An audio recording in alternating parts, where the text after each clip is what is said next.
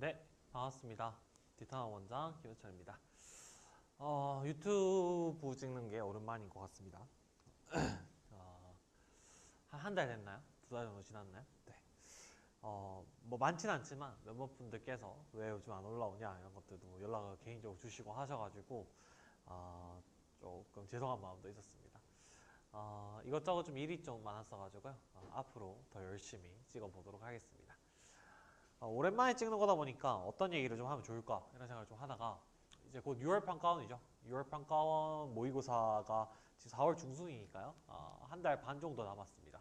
사실 고등학교 3학년 학생들한테는 이게 첫 평가원 시험이니까 굉장히 그런 부분에서 뭐 설렌다랄까요? 긴장이 되기도 할 거고, 재수생 학생들 같은 경우에는 당연히 이때까지 공부를 해왔던 거에 대해서 중간 점검을 지금 이 6월 평가원 시험으로 하는 거니까 또 중요한 시험이 되겠죠. 어떤 학생들에게나 모두에게 다 중요한 시험이기 때문에 굉장히 많이 긴장이 될 거라고 생각했습니다. 그래서 어떤 얘기를 하면 좋을까 생각을 좀 하다가 4월 중순부터 6월까지 한 달 반 정도 기간이 남았잖아요. 그 한 달 반 기간 동안 우리가 어떤 부분에 포커스를 맞춰서 공부를 좀 해야 되는지, 그 6평이 지금 출제 경향은 어떻게 될 건지 이런 부분에 대해서 얘기를 좀 해드리면, 정리를 해드리면 도움이 되지 않을까 생각이 들어서 이번에 6월 평가 학습 가이드로 만나 뵙게 됐습니다. 시작하기 전에 계속 말씀드리고 있지만 입시는 상대적입니다. 제 유튜브가 지금 구독자가 많이 없습니다. 영상이 몇 개 터지면 구독자도 빠르게 오른다는데 구독을 좀 눌러주십시오. 제가 살다 이런 얘기를 하게 될지 몰랐는데 구독을 좀 눌러주시면 또 도움이 되지 않겠습니까? 계속 올라올 때마다 확인하실 수 있으니까 좀 눌러주시길 부탁드리겠고, 영상이 몇 가지가 좀 터진 게 있다 보니까 영상에 이제 계속 찾아오세요. 그러면서 선생님들이신지 아니면 학생들이신지 뭐 이 다른 생각 그 얘기를 하십니다. 당연히 이제 입시라는 건 객관적인 통계와 아니면 등급컷이나 수치가 있긴 하지만 그것이 곧 나의 체감과 동일하진 않습니다. 내가 공부를 한 상황과 객관적인 시험의 상황은 일치하지 않으니까요. 사실 그런 부분들 때문에 이제 생각이 좀 다르실 수 있는데, 제가 지금 드리고 싶은 말씀은 무조건 제 말이 다 맞고 학생이나 선생님들 말씀이 틀렸다 이런 게 아니라, 그래도 제가 수능 쪽에서 한 10년 있으면서 학생들도 많이 만나보고 얘기를 많이 나눠본 입장에서 도움이 될 만한 얘기들을 많이 하니까요. 그런 얘기들이 좀 많은 데이터에 기반한 얘기니까 한번 들어볼 만한 가치가 있지 않을까, 이 정도로 생각해 보시고, 본인의 생각이 또 있을 수 있고 본인의 생각 맞을 수도 있어요. 왜냐하면 본인의 상황을 잘 모르는 상태로 얘기를 하는 거기 때문에 그런 것들은 잘 걸러 들어주시면 감사하겠다. 화는 내실 필요가 없지 않을까 생각이 듭니다. 네. 6평이죠. 6월 평가원 시험을 얘기를 하려면 사실은 그렇습니다. 이게 교육청 시험이나 뭐 사설 모의고사는 출제를 할 때 사실 외부적 변수를 고려할 게 거의 없어요. 뭐 고려를 해봤자 최근 평가원의 기조 뭐 이런 것들을 고려하게 되는데, 교육과정 평가원, 그러니까 6월 평가원, 9월 평가원 수능을 출제하는 집단에서 내는 시험은 사실 그냥 시험지 내부적인 논리, 다시 말하면 바깥에서 어떤 일들이 일어나고 있고 아니면 또 그 N수생, 그 표본 집단의 수준이 어떻게 되고 이런 것들을 다 무관하게 떠나서 출제할 수가 없는 집단입니다. 왜냐하면 수능이라는 게 변별력이 너무 세서 불수능이면 또 그거대로 문제 제기를 하고, 또 수능이 너무 쉬워서 물수능이라서 뭐 원서 쓸 때 또 난리가 나면 그거대로 문제 제기를 하잖아요. 그러니까 평가원의 그 변별이라는 것이 매해 국가적 이슈가 되기 때문에 평가원 입장에서도 절대 그 외부적 변수를 무시할 수가 없습니다. 실제로 그냥 이건 제 주관적인 의견이 아니라 뭐 이전 대통령, 지금 대통령님 말고 이전 대통령님 같은 경우에는 국무회의 석상에서 킬러 문제를 배제해라 얘기를 하니까 뭐 그 당시에 수험생이었던 분들은 느꼈겠지만 실제로 평가원의 문제 출제 기조가 많이 변했습니다. 킬러 문제들이 제외가 되고요. 없어지기도 하고요. 그렇게 영향을 받는 집단이기 때문에 어떤 시험의 맥락을 예측하고 우리가 앞으로 어떤 방향의 어떤 부분에 공부에 포커스를 맞춰서 공부를 해야 될까를 생각을 할 때 사실 평가원 시험은 외부적 변수를 생각 안 할 수가 없거든요. 그래서 일단 그 부분부터 얘기를 한번 해보도록 할게요. 외부적 변수는 일단 첫 번째는 내년 수능입니다. 그러니까 올해 수능이 마지막 해입니다. 교육과정 마지막 해죠. 지금 예비 고2 학생들, 그러니까 예비가 아니죠. 지금 고등학교 2학년 학생들, 그러니까 내년에 고3이 되는 그 학생들부터 치러지게 되는 28학년도 수능 같은 경우에는 통합체제입니다. 지금은 국어도 언어와 매체와 합법과 작문, 수학도 미적분, 기하, 학토, 뭐 탐구도 사회탐구 과목, 과학탐구 과목 중에서 선택을 하는 구조라며 지금 28학년도 수능부터는 모든 과목이 선택체제가 아니게 되죠. 국어도 화작문 합쳐지고요. 수학도 확률과 통계만 나눴습니다. 영어는 원래 그랬고요. 사회탐구도 통합사회, 통합과학으로 단일 과목 시험을 응시하기 때문에 사실 선택체제가 아니라 공통체제로 모두가 전환됩니다. 그래서 그 과정에서 사라지게 되는 교과목들이 있단 말이에요. 미적분이나 기하나 사회탐구도 다 없어지죠. 뭐 생윤, 사문 다 없어집니다. 그죠? 그리고 과학탐구 마찬가지로 물화생지 다 없어집니다. 이 과목들의 마지막 해 난이도가 어떻게 될 거냐. 이걸 절대 무시할 수가 없습니다. 거기서 특히 어떤 난이도를 예측할 때 지금 반대로 이제 사라지는 과목들도 있는 반면에 사라지는 과목들은 뭐예요? 마지막이니까 사실 눈치 볼 게 없어요. 그러니까 마구잡이로 막 냅니다. 그러니까 뭐 그 현우진 선생님께서도 말씀하셨지만 교육과정 마지막 해에서 없어지는 단원 같은 경우에는 킬러로 나갔을 때 진짜 갑자기 갑작스러운 출제가 되는 경우도 있거든요. 그래서 이게 예측이 안 된다. 이게 첫 번째. 두 번째는 반대로 남아있는 과목들 있죠. 남아있는 과목들. 국어, 뭐 언어, 그 독서와 문학, 그리고 화작문은 다 남아있습니다. 그죠? 수학 같은 경우는 확률 같은 게 남아있죠. 그런 과목들 같은 경우에는 개정 교육과정의 경향이 미리 반영될 수도 있다. 그런 부분이 또 있을 수도 있기 때문에 그런 것까지 살펴봐야 된다. 살펴볼 게 있나요? 있죠. 예비평가라고 해가지고 평가원에서 이제 예비평가 문항을 발표를 했죠. 28 수능 대비를 해가지고 예비평가 문항들을 발표를 한 적이 있습니다. 그래서 국어도 수학도 이 예비평가 문항들에 대해서 선생님들이 다뤄보시고 또 이제 뭐 수능 기출 분석 강의나 교재에서 넣어놓기도 하시죠. 그래서 요 예비평가 문항들이 있기 때문에 이 예비평가 문항의 경향을 나타나는 경향이나 이런 것들을 좀 생각해 볼 필요도 있다. 것들이 일단 외부적인 변수. 이게 아주 큰 변수입니다. 그죠? 보통의 수능해 같은 경우에는 없는 변수인데 이런 변수가 좀 있다라는 거. 두 번째는 어떤 변수가 또 있냐? N수생이 역대 최고입니다. 작년도 그랬고 올해도 아마 그럴 것 같은데 N수생들이 수가 해소되지가 않았어요. 한번 몰렸던 계기는 있습니다. 어떤 계기냐? 의대 2,000명 증원. 이것도 이전적 문제. 의대 2,000명 증원을 하겠다. 근데 그걸 그 당시 기준으로는 뭐 나중에 가지고 3년 이렇게 나누겠다 이렇게 얘기를 했지만 그 당시는 뭐냐면 그냥 올해예요.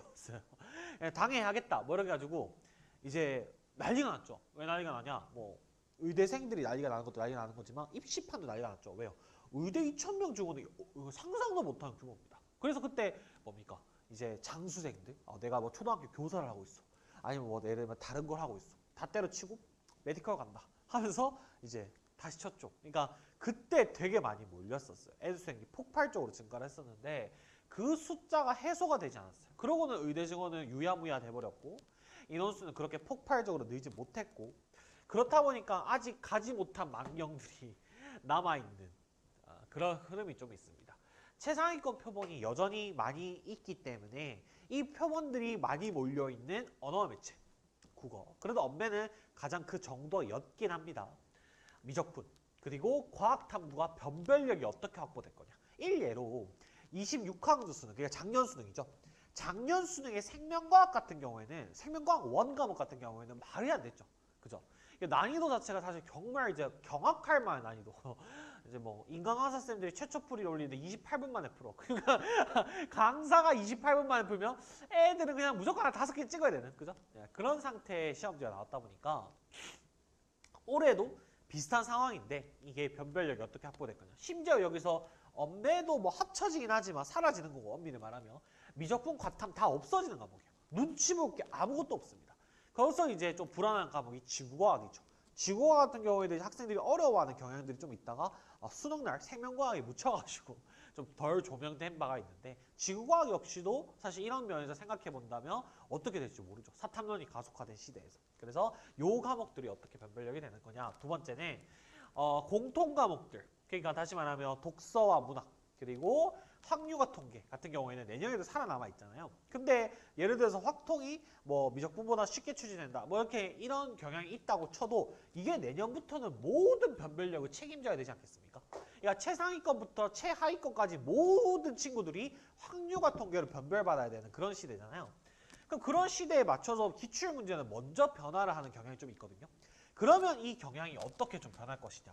확률과 통계의 출제 난이도와 공통 과목들이 어떻게 될 것이냐. 이 부분 역시도 관전 포인트가 되겠다. 그래서 6월 평가원 때 출제가 되는 게 분명히 이런 어떤 표본 집단의 테스팅? 그러니까 저는 그렇게 생각해요. 출제 경향을 예고해준다 이런 의미로서 6,9평의 의미는 퇴색된 지가 너무 오래된 것 같고 표본 집단, 이게 다시 말하면 평가원도 실험을 봐야 될 거 아니야. 그러니까 올해 여기서 이렇게 터트리면 이런 결과가 나오겠군. 여기서 이렇게 애들이면 올해 애들은 이 정도에서는 막히는군.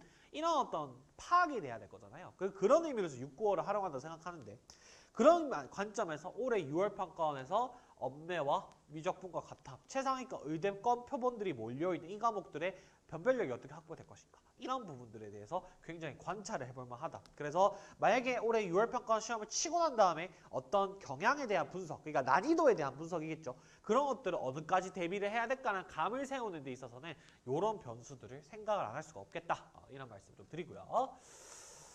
내부적 변수, 그러니까 이거는 이제 시험 외부적인 변수죠. 시험 외부적인 표본 집단이나 아니면은 뭐 그 어떤 교육적인 상황이나 이런 거라면 기출문제는요.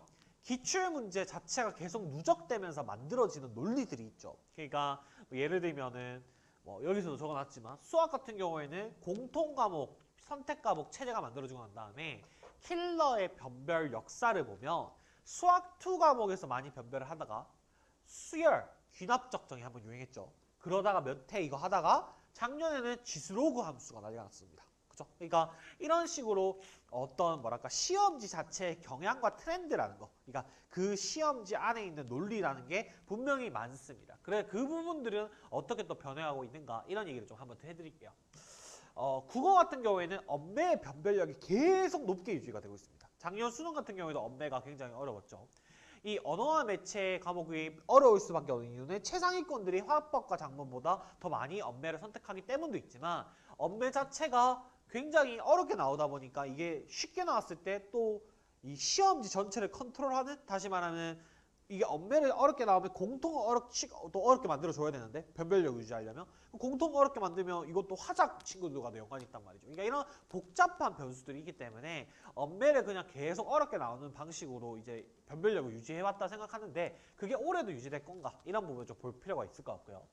문학과 독서 같은 경우에는 이런 문제가 있었죠. 작년 같은 경우에는 6월과 9월 모두 다 문학이 매우 까다로웠었는데 갑자기 수능날 펴보니까 독서가 매우 까다롭게 나왔어요. 이거는 뭐 당연히 공통과목 내에서는 문학을 더 어렵게 할 이유도 독서를 더 어렵게 할 이유도 없어요. 왜냐하면은 그 공통과목 내에서는 어떤 문제든지 애들이 변별력 일정 이상 유지만 해주면 되는 거지 문학과 독서에서는 뭐가 어렵게 나와도 상관이 없는 거잖아요. 그러니까 그걸 생각해 봤을 때 이건 두 가지 다 준비하는 게 맞지 않을까. 어렵게 준비하는 게 맞지 않을까. 문학도 뭐 레전드 작품도 있죠. 이집을 노나 뭐 이런 것부터 시작해가지고 어려운 작품들도 많고 독서야 뭐 많죠. 브레턴 루즈부터 시작해서 해겔 뭐 너무 많으니까 그런 정도의 최고 난도 경향까지는 무조건 다 준비하시는 게 맞다. 그래서 사실 또 너무 뻔한 얘기일 수도 있지만 이런 마지막 해에는 무조건 내가 할 수 있는 맥스 수준까지 대비를 하시는 게 맞아요. 그러니까 예를 들면 경향을 막 예측해서 시험 경향이 이러니까 이 부분은 좀 얕게 공부하고 이 부분 깊게 공부한다. 이런 식으로 공부하시면 안 돼요. 그래서 뭐 작년 경향 같은 경우에는 문학을 좀 빡세게 공부했던 친구들은 웬걸 수능날 시험지 펴보니까 독서에서 막 마구잡이를 털리는 그런 경우가 있을 수도 있었을 거란 말이에요. 그러니까 본인이 선택한 선택 과목 포함해서 모든 과목들의 난이도를 최고 난도까지 출제될 수 있을 거라는 예측을 가지고 공부를 좀 하시는 게 필요하지 않겠나. 국어는 그런 좀 생각이 좀 들고요. 작년 시험지를 보면서 그런 생각이 좀 들었습니다. 수학 같은 경우에는 사실은 그렇죠. 이게 그 수학 같은 경우에는 공통의 문제들이 변별력을 줬던 부분들이 계속 사실 변했어요. 그죠?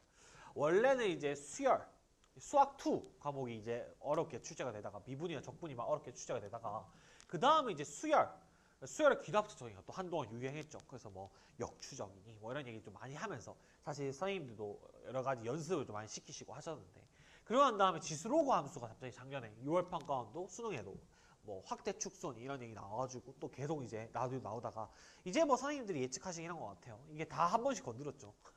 그러니까 오히려 뭐 또 함수의 극한이나 또 그런 어떤 뭐랄까 미분 적분을 받쳐주기 위한 그런 단원들에서도 변별력이 또 출제가 되기도 하니까 뭔가 이제 다 건들고 있는 느낌이니까 수학2도 수열도 지수로도 건드렸다면 안 건드린 단원이 뭐가 있냐? 삼각함수 얘기를 하죠.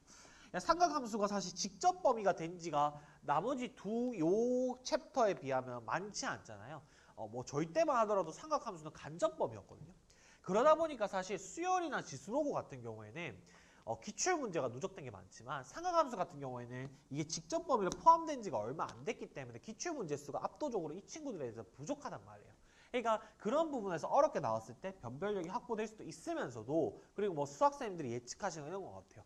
모두 한 번씩 건드렸으니까 이 단원도 굳이 안 건드릴 이유가 없지 않나 이런 얘기를 하시면서 올해 뭐 삼각함수 연습을 많이 해야 된다 이런 얘기를 하시는 것 같은데 어떤 그런 변별력의 역사 자체가 그러니까 시험 경향 자체가 이랬던 것 같아요. 사실 예전에는 뚜렷하게 무언가 어려운 파트가 있었어요. 그러니까 이 부분이 뚜렷하게 어렵고 나머지 단원은 쉬운 단원이니까 사실 이 단원만 열심히 연습하면 점수가 나오는 그런 구조였다면 이제는 경향이 사실 해마다 바뀌고 어떻게 보면 시험지 내부적으로도 6월달, 9월달 수능의 경향이 다 다르니까 그런 거 생각해보면 왜 이렇게 뒤집어 엎나 생각해보면 골고루 공부를 다 해라. 이 좁은 범위밖에 안 되니까 사실 예전에 비하면 엄청 좁아졌죠. 수학 범위가. 그죠?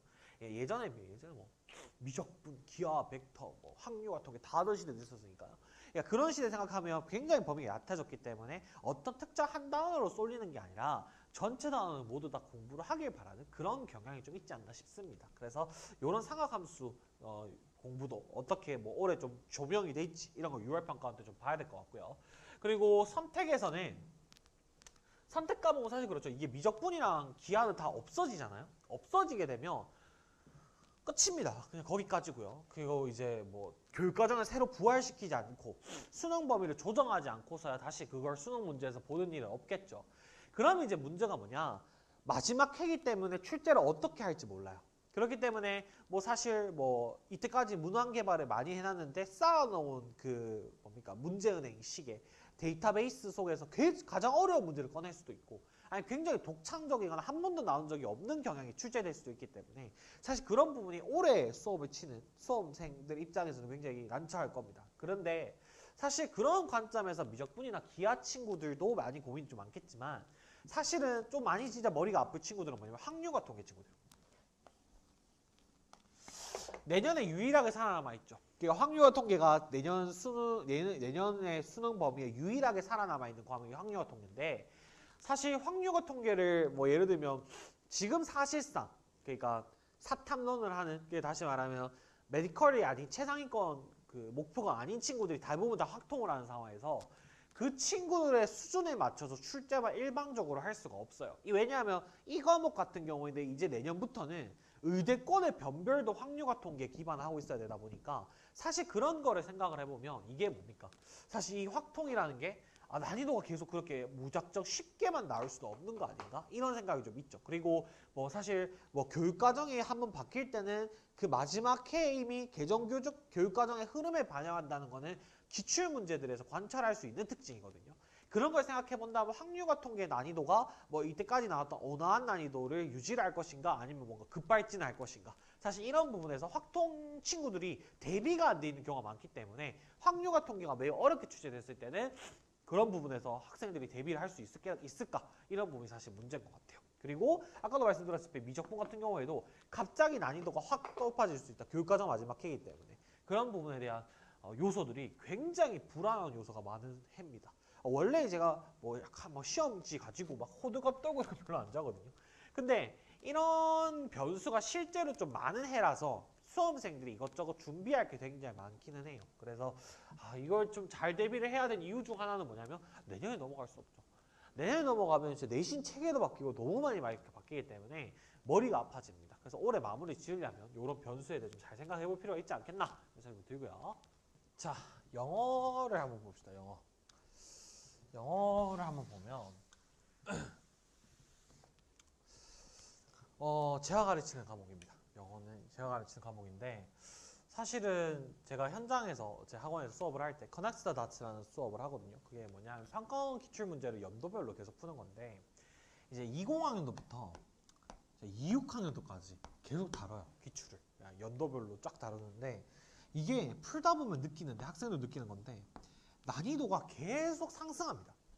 그럴 수밖에 없는 건 뭐냐면 어떤 뭐 논리를 냈어요. 문제를 변별하기 위해서 어떤 어려운 문제의 논리를 냈으면 그 문제 논리가 해가 지나면 학생들이 익숙해지죠. 그렇기 때문에 필연적으로 기출문제는 누적되면서 난이도 자체가 상향될 수밖에 없어요. 그건 충분히 제가 이해를 해요. 근데 시험 문제가 어떤 시기부터는 사실 이렇게까지 학생들이 공부량이 그렇게 많지 않은 과목인데 이렇게까지 어렵게 내야 되나 싶은 수준까지도 굉장히 높아졌어요. 그러니까 이게 이 상대평가, 절대평가전이 상대평가잖아요. 이게 상대평가랑 절대평가의 가장 큰 차이 중 하나가 뭐냐면 상대평가는 변별력을 확보하기 위해서 시험을 치는 겁니다. 그죠? 그렇기 때문에 한 문제 차이, 두 문제 차이가 매우 중요해요. 그래서 영어가 상대평가 시절 때는 최고난도 빈칸. 이게 한두 문제가 무조건 출제가 됐어요. 그렇게 해야지만 변별력이 확보되기 때문에. 그래서 이 상대평가 같은 경우에는 이런 문항들이 꼭 출제가 되는데 절대평가는 그럴 필요가 없죠. 왜냐하면 90점만 넘으면 1등급을 주는 게 이 절대평가의 목적이니까 사실 뭐냐면 이런 최고난도 빈칸을 출제하지 않았어요. 한동안은. 그래서 대신 그때 이제 대신 떠오르기 시작한 게 순서삽입이죠. 순서삽입이 대신 떠오르기 시작합니다. 이제 이 대신 떠오르기 시작한 순서삽입이 사실은 빈칸의 난이도를 일정 이상 희석시켜주면서 그래서 실제로 초반부에 순서삽입이 어렵게 출제될 때는 빈칸 추론 자체가 그렇게 난이도가 높지 않았어요. 근데 이게 가면 갈수록 순서삽입의 난이도가 높아지는데 빈칸도 같이 높아져. 그래서 작년 수능 같은 경우에는 최고난도 빈칸 얘가 부활을 하고 순삽은 여전히 어렵고 그건 뭐 갈 곳이 없는 거죠. 학생들이. 사실 이런 식의 출제가 이미 돼서 약간 뭐랄까 마그마로 따지면 터지기 직전? 이기 때문에 이건 뭐 어떡하라는 말인지 학생들이 현장에서 보면요 영어 공부를 그만큼 투자할 만한 여력이 나오지가 않아요. 다른 과목들 때문에. 사실은 그런 거 생각해보면 이런 어떤 딜레마 작년 수능에서 최고난도 빈칸이 출제되기도 하고 빈칸의 난이도 역시도 부담스럽게 계속 높아지고 있다는 이런 딜레마를 어떻게 해소할 수 있을까가 사실은 좀 걱정이다. 뭐 해소하겠습니까? 그냥 터뜨려버릴 수도 있죠. 학생들 입장에서 이걸 다 준비해야 되는 이 맥락이 좀 있다 보니까 매우 부담스러워요. 그냥 이게 상대평가 시절 때 수험생을 겪은 분들이 이 영상을 보나? 안 볼 것 같긴 한데 이거는요 그냥 한 과목이었어요. 그러니까 영어 공부가 아니었다고. 빈칸 추론은 저희 땐 그냥 한 과목이었어요. 수학에서 수학원 있고 수학도 있고 확통 있죠. 영어에서 빈칸 추론 최고난도 빈칸이요 한 과목이었어요. 그만큼 이게 사실 준비를 하는 게 일반적인 빈칸처럼 그냥 뭐랄까 정확하게 답을 찾는 방법을 익혀서 정답을 낼 수 있는 그런 게 아니에요. 이게 첫 문장부터 끝 문장까지 다 무슨 말인지 모르기 때문에 이런 거는 따로 준비를 해야 되는데 이런 걸 그냥 계속 이런 경향으로 가버리면 준비해야 될 게 너무 많아진다. 이런 문제점이 좀 있다고 생각해요. 이게 어떻게 해소가 될 건지 사과는 했으니까 평가원장이 이것 때문에 사임도 했으니까 뭔가 변하긴 변할 건데 어떤 경향으로 변할지를 한번 보는 게 중요하지 않겠나 이런 생각이 좀 듭니다. 그래서 영어도 굉장히 좀 누적화가 되고 있고 탐구죠. 탐구는 문제가 뭡니까? 없어집니다. 자, 내년부터는 이제 이게 없어지기 때문에 통합사회 통합과학으로 변하죠. 근데 지금 표본이 머무르고 있는 과목들을 보면 최상위권들은 여전히 과학탐구에 머무르고 있고 그래서 생지에 머무르고 있겠고 중상위권 학생들이 대부분 다 사회탐구로 갔죠. 그래서 조금 막말 보태면 3등급 후반대 그러니까 과학탐구에서 3등급 후반 이 친구들은 뭐 시험 한 3번, 4번 치면 3, 4, 3, 4 이 정도 나오는 친구들 거 아니에요? 이 친구부터 시작해서 싹 다 뭐예요? 3등급 후반 이하부터는 과탐 3등급 이하, 후반 이하부터는 싹 다 어디로 갔어요? 사탐으로 갔죠. 과탐을 칠 이유가 없으니까 과탐 가서 깔개를 해줄 이유가 없잖아요. 그렇잖아요. 그러다 보니까 이게 지금 어떤 효과를 하냐? 그러면 밑에 봐봐. 1부터 3까지, 1부터 9까지 있어. 여기는 뚝 잘라가지고 얘네들이 다 바이바이야. 안녕. 바이바이입니다. 갔어. 그럼 어떻게 돼요? 얘네를 가지고 또 잡아째가지고 다시 1부터 9까지 만들어야 돼요.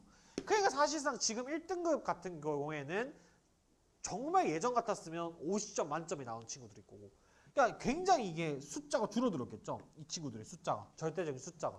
그렇기 때문에 이 과학탐구의 변별력이 작년에 생명과 같은 경우에는 그렇게 극악의 난이도가 찍은 게 절대 그 표본과 무관하지 않다 이런 생각이 드는데 올해도 마찬가지예요. 그게 해소된 상황이 아무것도 없어요. 뭐 과학탐구로 돌아오는 경향이 있다거나 아니면 뭐 할까요? 뭐 투과목 친구들이 뭐 다 뭐 원으로 합류해도 뭐가 달라지나? 뭐 어떤 변화가 있어야 되는데 아무것도 달라진 게 없습니다. 작년과 표본과 상태와 오히려 그게 악화될 수 있겠죠. 올해 사탐론 수가 최대를 찍을 거라는 전망이 있는데 그런 경향이 만약에 오게 된다면 이게 어떻게 또 변별력을 확보할 것인가. 아직 안 건든 과목은 생지 중에 지를 안 건드렸는데 지를 어떻게 할 것인가. 이런 생각이 조금 들긴 합니다. 그리고 중상위권 사회탐구도 사실 작년 출제를 좀 보면 사회탐구의 변별력도 고민을 많이 하신 것 같아요. 사실 이과에서 하위권만 온 게 아니라 중하위권, 그러니까 중상위권까지 모르겠지만 중위권까지는 확실하게 다 달려온 게 맞거든요. 근데 이 중위권, 과탐 중위권 친구들은 공부를 안 하는 애들이 아니란 말이에요. 그쵸? 뭐 유전을 잘 못 푸는 게 뭐 공부를 무조건 안 했다고 볼 수 있나요? 그러니까 그런 친구들이기 때문에 사회탐구도 변별력적인 측면에서 고심을 한 게 굉장히 많았던 것 같아요. 작년 같은 경우에 한국지리도 매우 좀 어려웠고 사회문화도 좀 어려웠고 정치화법도 어렵고 생활과윤리 어려웠고 다 좀 사회탐구 자체가 좀 부르지르고 세계사도 어렵고 동아시아사도 어렵고 이러다 보니까 이런 것들 생각해보면 사회탐구의 변별력도 고민이 많은 것 같은데 이게 마지막 해에 사실 이게 변별력을 유지를 하는 게 매우 어려운 상황이 있을 거기 때문에 이 탐구를 가지고 어떻게 미세 조정을 할 건가가 사실 굉장히 좀 눈여겨볼 만하다. 그래서 사회탐구도 작년에 어렵게 나온 입장에서 이거 지금 다 보세요. 결론은 뭐냐? 어렵고 어려워요. 뭐 어떡하란 말이야. 그러니까 사실 이런 시험으로 가까워지면 가까워질수록 베이스가 모자란 친구들이 단기간에 높이가 매우 어려워지긴 하죠. 역전이 힘들어진단 말이에요. 그러니까 이런 게 쉽지가 않다. 내부적 변수를 다 분석해 보더라도. 근데 어쨌든 각 과목별로 이런 이슈들이 있으니까 이걸 숙지를 좀 하시고 기출의 경향이나 공부의 흐름을 좀 잡아보신다면 도움이 되지 않겠나 이런 생각이 좀 듭니다. 자, 그러면 어떻게 하라는 건데? 알겠고 내부적 변수, 외부적 변수 분석해 주셔서 감사하고 그럼 어떻게 하라는 건데? 어떻게 하라는 건지 말씀을 좀 드리겠습니다. 일단 첫 번째 등급 무관 최상위권, 상위권, 중위권, 하위권 누구든지 간에 무조건 제일 중요한 과목은 수학입니다. 대입에서 반영률이 가장 높은 건 수학일 수밖에 없습니다. 그리고 두 번째, 그리고 그런 그냥 입시적인 반영비를 떠나서라도 이 수학이라는 과목이요. 무조건 왜 먼저 최우선시가 돼야 되냐. 지금 이 상황에서 우리가 최우선이 돼야 되냐면 양이 많은 과목입니다.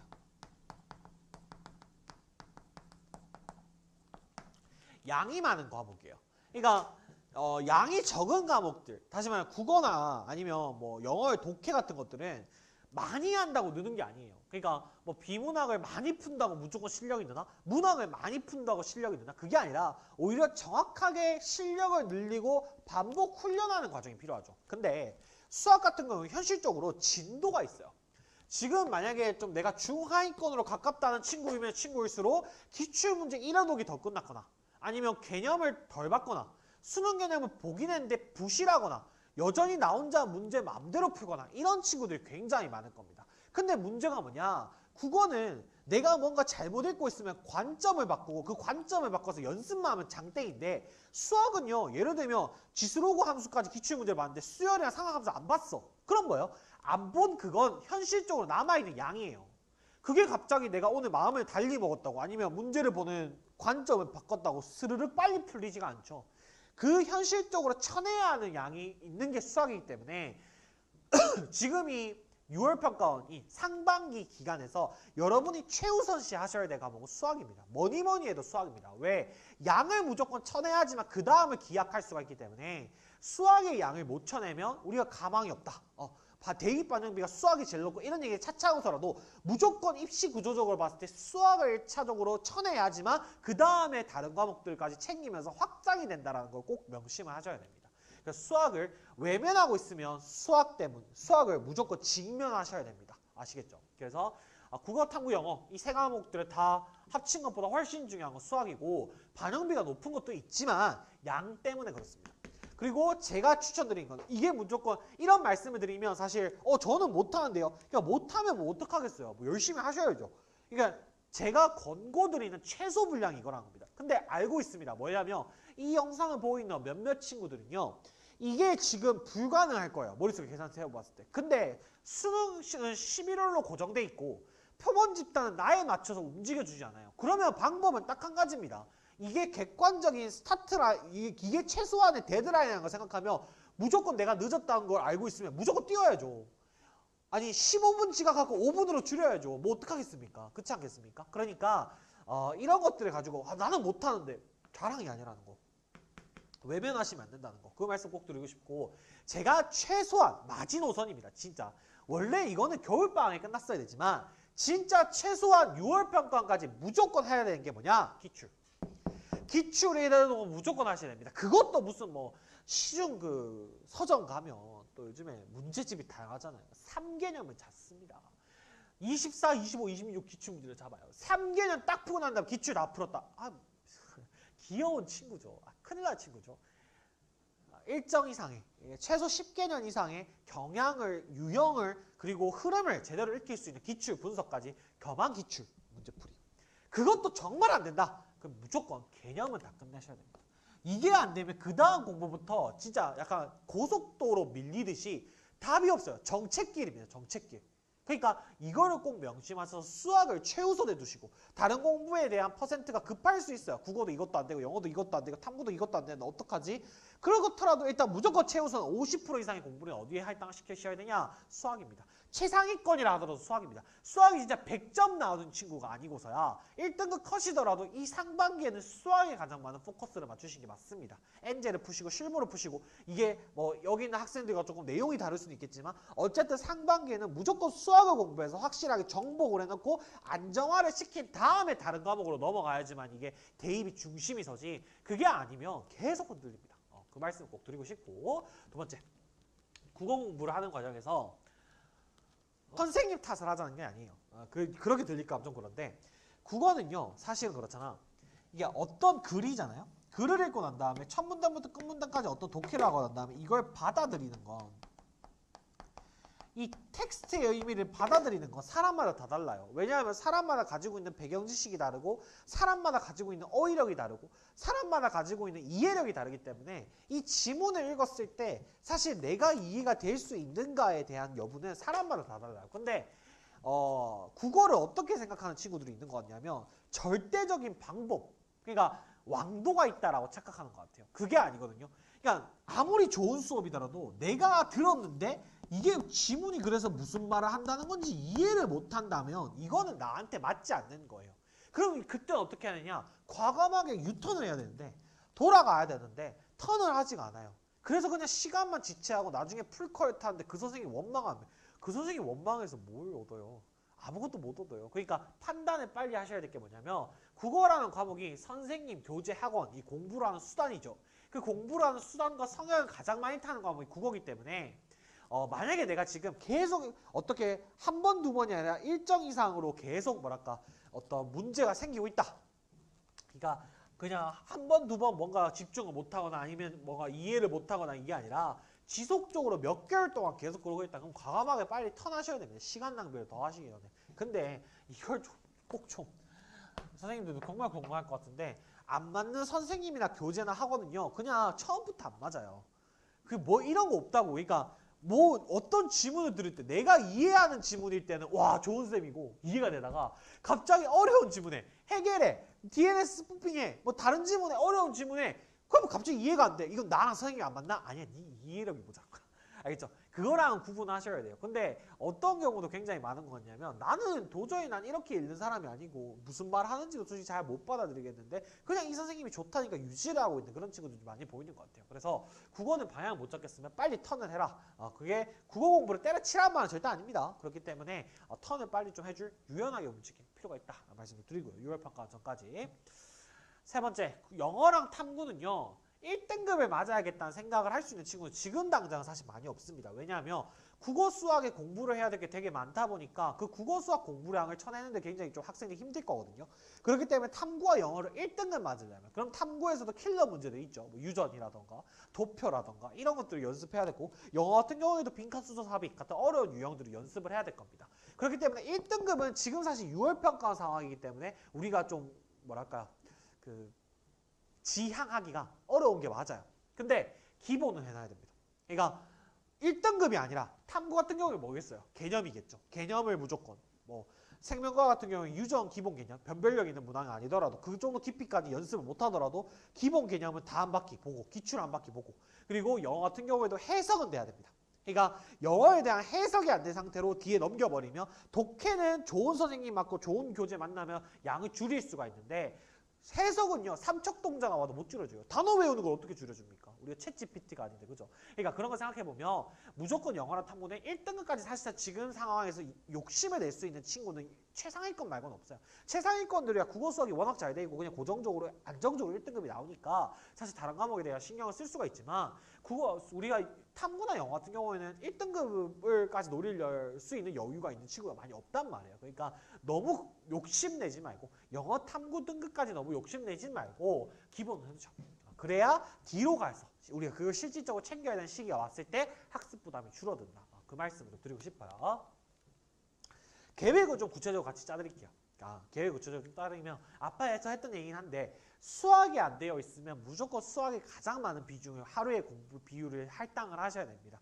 그 이유는 뭐냐면 하반기로 갈수록 사실 굉장히 고민을 해야 될 공부가 많아져요. 국어, 독해, 비문학 어려운 지문, 영어 빈칸 추론, 탐구 킬러 문제 그런 것들을 고민할 시간이 많아지면 사실 양을 쳐내는 게 매우 어려워요. 그 공부량을 많이 투자하는 게 다른 과목도 고민을 많이 해야 되기 때문에 그런 걸 생각을 해보면 사실 수학이 안 돼 있으면 무조건 지금 6월 평가원 전까지는 수학에 가장 많은 비중을 투자하시는 게 맞다 말씀 다시 한번 드리고 그리고 6평이 선택 과목이 전범위가 아니죠. 그렇더라도 소홀하지 말아야 됩니다. 뒷단원 같은 경우에도 그죠? 그 부분도 꼭 명심을 좀 해주셨으면 좋겠고 그리고 제가 말씀드렸다시피 수열이나 미분적분 같은 전통적인 킬러 단원들 뿐만 아니라 새로 이제 떠오르고 있는 상학함수나 함수의 극한 같은 우리가 소홀하기 쉬운 단원들 이때까지 많이 조명이 안 됐던 단원들도 골고루 공부하는 것이 최근 경향에 조금 더 맞는 그런 공부가 아닌가 이런 얘기를 좀 드리고 싶어요. 그래서 수학은 좀 그런 말씀을 좀 드리고 싶고 홍보를 하나 할게요. 저희가 이제 학원에서 플로우라는 이제 수학 브랜드 관리 재수생 전용 관리 브랜드를 런칭을 합니다. 그래서 거기서 이제 총괄 디렉터를 맡고 계신 오도견 선생님께서 연구실에서 그리고 여러 이제 유망한 취재진들이 같이 모여서 만드는 모의고사를 6평 대비로 해가지고 여러분이 점검할 수 있게끔 한 세트를 배포해 하려고 합니다. 그래서 6월 평가 모의고사로 한 세트를 배포하려고 하고 저도 사실 뭐 대형학원이나 유명하신 선생님들과 같이 일했지만 선생님 역시도 굉장히 좀 실력 있으신 선생님들과 많이 일하셨거든요. 그래서 문제 퀄리티가 매우 좋을 거니까 요 한 세트 받아보실 수 있게끔 제가 링크에 밑에 그 메시지에 열어둘 겁니다. 그럼 거기서 이제 신청을 좀 해주시면 저희가 시간 맞춰가지고 나오는 대로 발송해드리고 요거에 대한 해설 강의는 저희 이제 유튜브랑 플로우 유튜브도 따로 있어요. 그래서 해설 강의도 업로드 예정이니까 많은 참여 부탁드린다. 말씀 좀 드리면서 저희도 이런 것들 통해서 여러분들 간접적으로만 도울 테니까 수학 공부 소홀하지 마시고 계속 하시길 부탁을 좀 드리겠습니다. 그 다음 이제 국어입니다. 국어는 사실 조명 자체가 내용적인 조명 자체가 대부분 다 어려운 지문에만 좀 포커스가 맞춰지는 것 같아요. 예를 들면 독서 고난이도 지문이라던가 아니면 문학 고난이도 지문에 좀 포커스가 맞추는데 현실적으로 시험을 쳐보면 점수가 뭐 예를 들어서 74, 92, 86, 71, 68 뭐 이렇게 나오는 친구들이 실제로 많거든요. 근데 이런 친구들은 이제 상당히 기가 막히게 뭐냐면 요 점수만 얘기하죠. 너 몇 점이야? 90점인데요? 다른 거 문제 없는데요? 그럼 이 점수는 뭐야? 실수인데요? 이러면서 야 자존심 부리면 안 돼요. 공부해서 왜 자존심을 부려요? 인생을 살면서 자존심을 부려야지 왜 공부해서 자존심을 부려요? 그러니까 이건 자존심도 아니야. 뭐 이상한 거야. 왜 이렇게 점수가 들쭉날쭉을 하냐? 기본이 안 돼 있어서 그렇습니다. 냉정하게 얘기하면 쉬운 건 쉽게 맞추고 어려운 거에 집중해서 풀 수 있는 능력이 있어야 되는데 쉬운 것도 헷갈려서 운빨로 맞추고 어려운 건 당연히 어려우니까 틀리고 어려운 게 좀 덜 나오거나 나한테 잘 맞는 거면 맞추고 이런 식으로 들쭉날쭉한 건 뭐냐면 기본기 자체가 굉장히 안정이 안 돼 있어서 그렇습니다. 그 기본기란 건 굉장히 여러 학생들마다 여러 양상을 띠겠죠. 예를 들면 어떤 친구는 막말로 문학 개념은 안 돼 있을 수도 있고요. 어떤 친구는 예를 들어서 예를 들면 인문지문 같은 경우에도 굉장히 좀 낯설은 개념이라 못 읽을 수도 있고요. 여러 가지 것들이 있겠지만 여러분들이 꼭 생각하셔야 될 것 중 하나는 뭐냐면 이게 일정 이상의 수준 그러니까 다시 말하면 예를 들면 정답이면 대충 러프하게 잡을게요. 오답률 40% 정답이 한 60% 되는 문항까지는 내가 무슨 일이 있어도 안 틀린다라는 안정감이 있어야 돼요. 그래서 이 정도의 독해력은 내가 안정적으로 무조건 쌓아놓겠다. 이게 좀 유지가 되는 게 사실은 지금은 훨씬 중요합니다. 뭐보다 해겔이나 아니면 뭐 브레턴 우즈나 아니면 뭐 이즈문 노남이나 이런 초고난도 지문은 막 딱 붙잡고 막 고민해서 탁 뚫어내는 그런 경험도 안 중요하다고 얘기하진 않겠어요. 그렇지만 그런 것만큼이나 중요한 게 뭐냐면 내가 안 틀려야 한다고 생각하는 문항들 있죠. 그게 안정적으로 계속 일정하게 맞출 수 있는 수준으로 도달하는 게 매우 중요하거든요. 그래서 제가 드리고 싶은 말씀은 6월 평가원 이후 되면요. 선생님들부터 시작해서 모든 학원이 다 리트하고요.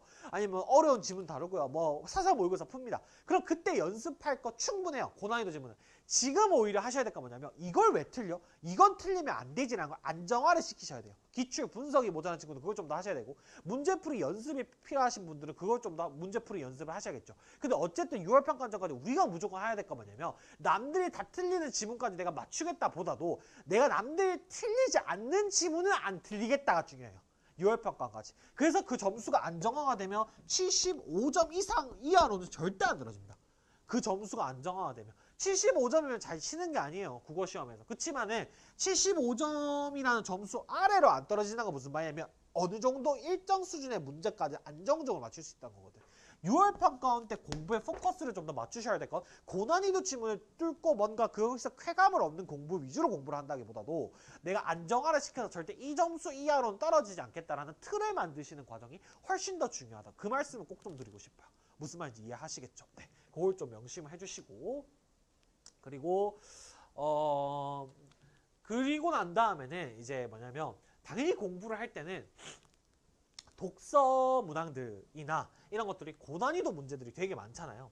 그런 공부들이 되게 할 게 뒤에 가서 많을 거기 때문에 이 공부들을 최고난도까지 할 수 있으려면 사실 지금 상황에서는 우리가 그런 공부에만 집중하기보다는 지금 안정적으로 내가 점수를 몇 점 이하는 절대 안 떨어지겠다라는 어떤 점수의 안정성을 만드는 게 훨씬 더 중요하다. 그 말씀을 좀 드리고 싶은 겁니다. 이해하시겠죠?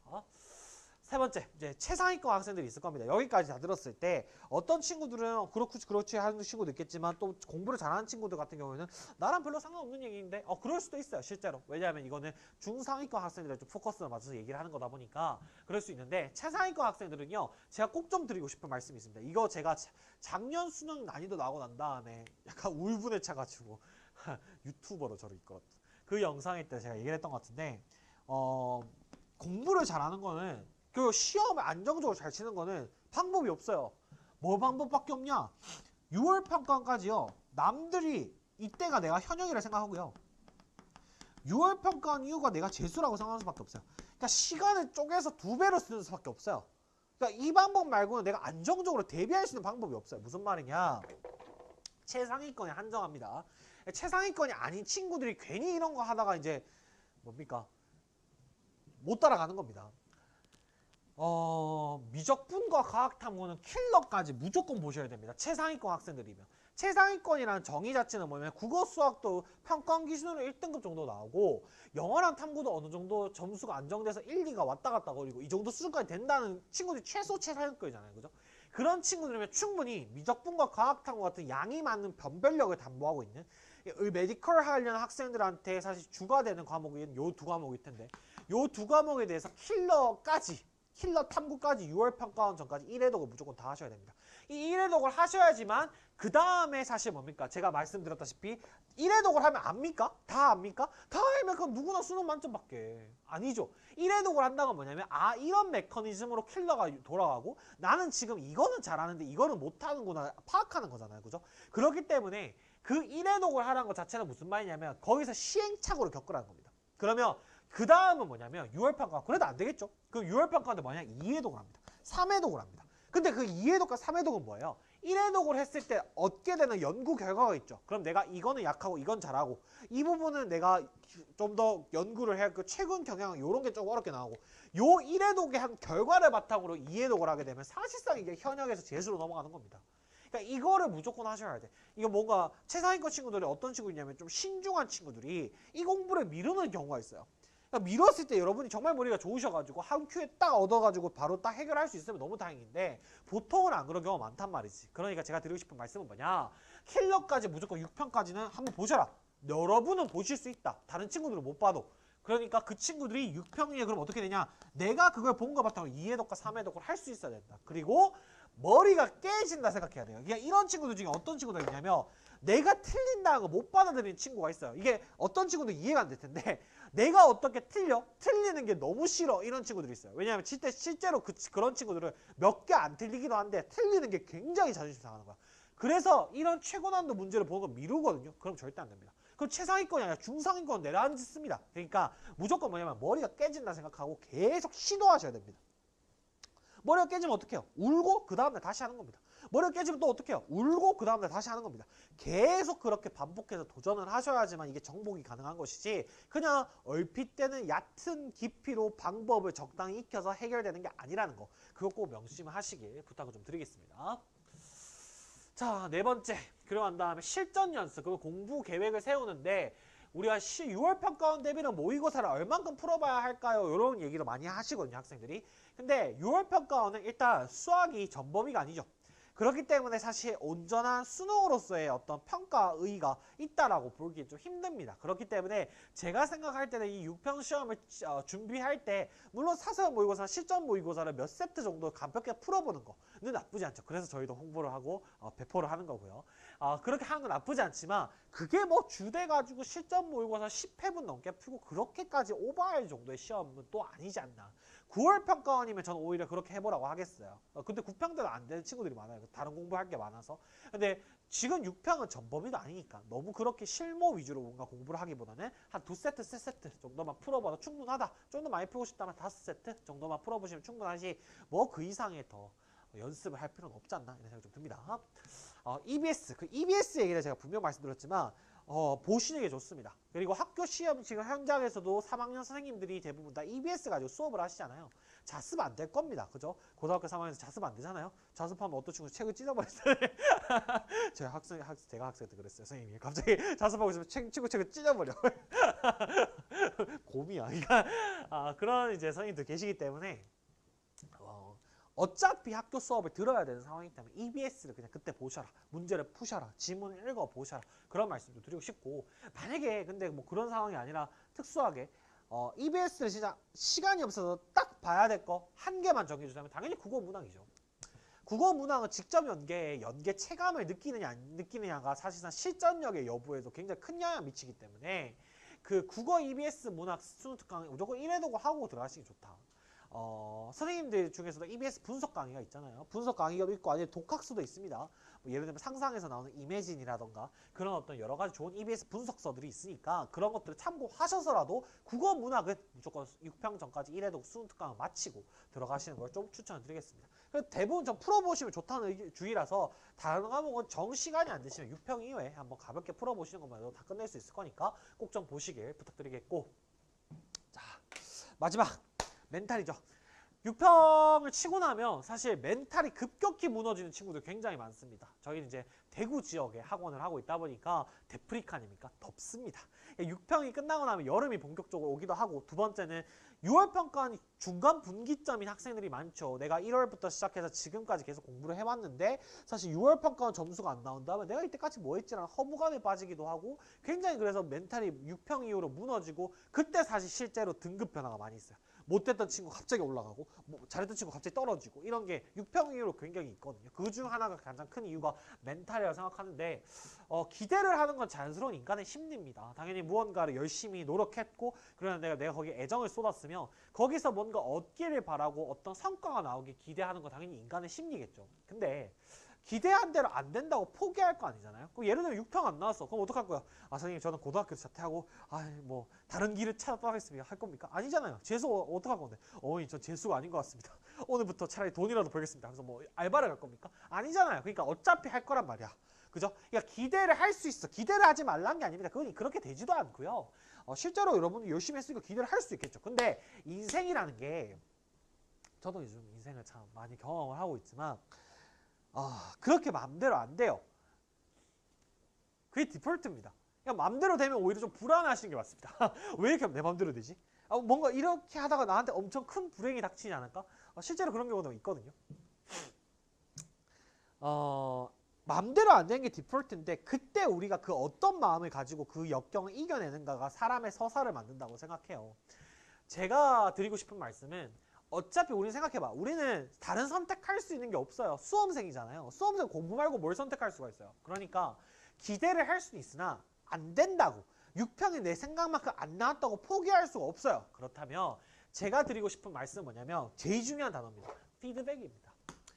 내가 원치 않는 결과를 받아들였을 때 누군가 상황 탓만 하고 걱정만 하고 문제만 계속 지적하고 불평만 하지만 어떤 사람은 그 상황에 마주했을 때 똑같이 두 사람 모두 다 좌절감을 느끼는 건 똑같아요. 왜 당연히 열심히 했고 노력했고 기대하고 있는데 그 원치 않는 결과가 나왔을 때 왜 실망하지 않겠습니까? 누구나 그렇겠죠. 근데 저는 삶을 좀 살아보니까요. 저도 꺼덕대는 건 아니지만 30들로 들어갑니다.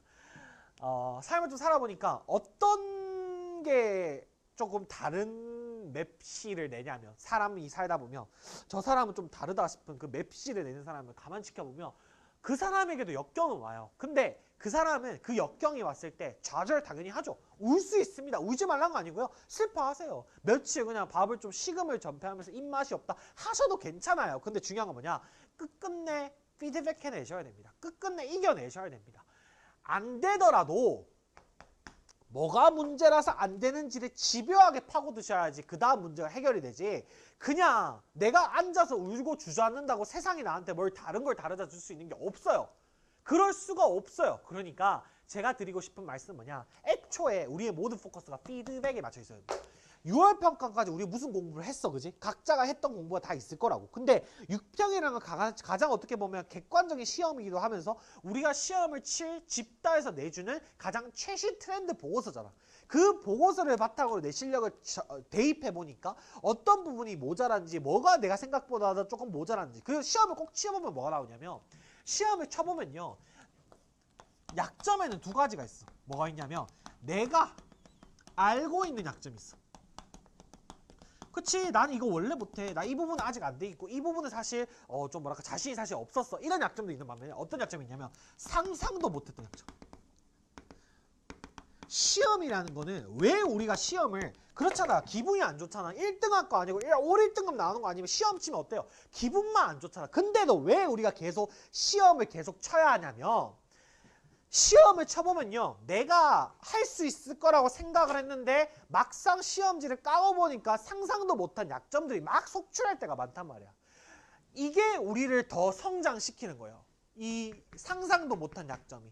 시험이라는 거는 6월 평가원이라는 것은 우리가 뭔가 선물을 받는 과정이라 생각해도 좋지만 현실적으로 가장 중요한 의미는 뭐냐? 우리가 이때까지 해온 거에 대해서 피드백을 어떻게 할 거냐. 어떤 점을 수정할 거고 어떤 점을 고쳐낼 거냐. 거기에 여러분들이 혼신의 힘을 다하셔야 됩니다. 그리고 그게 고통스럽다는 걸 알고 있습니다. 저도 사실 어른으로서 인생을 살고 있지만 어떤 문제가 생기거나 역경이 들이닥쳤을 때 탑부터 하게 되는 경우가 많아요. 근데 제가 나름대로 제 인생에 대해서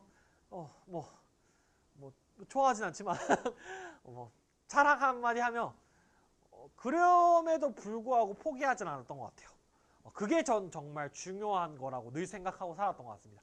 제 인생이 뭐 그렇게 대단하다고 꺼들꺼들하는 게 아닙니다. 드리고 싶은 말씀이 뭐냐. 기대할 수 있다. 근데 잘 못 쳐서 실망하는 것까지도 100% 이해한다. 그러나 우리는 가야 할 길이 있기 때문에 끊임없이 그 목표가 뭔지를 생각해내면서 왜 그런 점수를 밖에 받을 수 없었는지 피드백을 해야 된다. 이게 6월 평가 핵심 키워드다라는 말씀을 좀 드리고 싶고, 지금부터는 냉철하게 본인이 성장을 하고 싶다면 내가 지금 뭘 더 성장하기 위해서 희생을 해야 되고 어디에 좀 더 에너지를 쏟아야 될지에 대한 계산값이 정확해야 돼요. 그 계산이 정확하게 되지 않고 그냥 무작정 에너지만 소모하다 보면 그러면 이게 성과가 나올 수가 없어요. 왜? 당연한 겁니다. 돈도 그렇고요. 아니면 예를 들면 명예도 그렇고요. 아니면 이런 시험 결과도 그렇고요. 원하는 사람이 많은데 한정돼 있는 재화는요. 당연히 그걸 얻기 위한 경쟁 자체가 치열할 수밖에 없어요. 그럼 우리가 원하는 건 결국 솔직하게 말하면 경쟁에서 이기는 거 아닙니까? 그렇죠? 우리가 지금 이 시험을 치고 있는 게 참가 정신에 의의를 두는 게 아니지 않습니까? 이 시험을 치는 한 해에 있어서 우리가 인생을 살면서 그 경쟁이 최우선 순위라고 얘기할 수는 없겠지만 시험을 치는 데에 있어서 우리가 가장 주안점으로 둬야 될 내용은 뭡니까? 이기는 거죠. 1등 하는 거죠. 그럼 그 1등을 하기 위해서 그럴 만한 자격이 있어야 된단 말이야. 영어로 하면 뭐냐? deserve 해야 됩니다. deserve. 영어 선생님 또. 영어 직업병이야. 그러니까 그걸 받을 만한 가치가 있어야 됩니다. 그 가치를 어떻게 만들어내는 거냐? 막연하게 열심히 하면 돼? 뭐 인생을 열심히 살면 돼? 아, 그것도 중요한데 열심히가 뭐냐고. 그 열심히의 핵심인 건 뭐냐면 내가 부족한 걸 정확히 찾아내서 거기에 에너지를 100% 투입하는 거. 그게 열심이야. 아시겠죠? 그러니까 6월 평가원은 그 계기로 삼기 너무 좋은 시험이니까 절대로 그냥 감정적인 것으로만 소모하고 많은 것이 아니라 여러분의 피드백까지도 정확하게 해볼 수 있는 그런 좋은 계기가 되면 좋겠다 말씀을 드리면서 오늘은 여기까지네요. 사실은 그렇습니다. 학생들이랑 연 10년 동안 이렇게 하다 보면 인생 자체의 루틴 자체가 이 학생들의 이 업앤다운과 비슷해지는 것 같아요. 이 시기쯤이 되면 저도 기대를 하게 됩니다. 저희 학원에도 열심히 공부한 친구들이 있을 거 아닙니까? 그럼 그 친구들이 어떤 성과를 낼까라는 기대를 하다가 또 시험 결과 까보면 너무 많아요. 뭐 많냐? 잘할 것 같았는데 못했고 못할 것 같았는데 잘했고 너무 많아. 그런데 그런 경우에 제가 업앤다운을 제가 직접 하지 않으려고 저도 일희일비하지 않으려고 노력합니다. 왜냐하면 제가 일희일비해버리면 학생들이 더 흔들릴 수도 있기 때문에 여러분들이 얼마나 힘든지 여러분이 어떤 시기를 지나고 있는지 저는 너무 가까이서 보는 사람이기 때문에 잘 알고 있을 겁니다. 그렇지만 제가 확신해서 말씀드릴 수 있는 건 모든 고난과 역경은 여러분이 삶의 인생을 사는 데 있어서 물론 저도 사실 고난과 역경이 올 때 너무 고통스럽고 그러니까 없었으면 좋겠어요. 그런 고난과 역경이.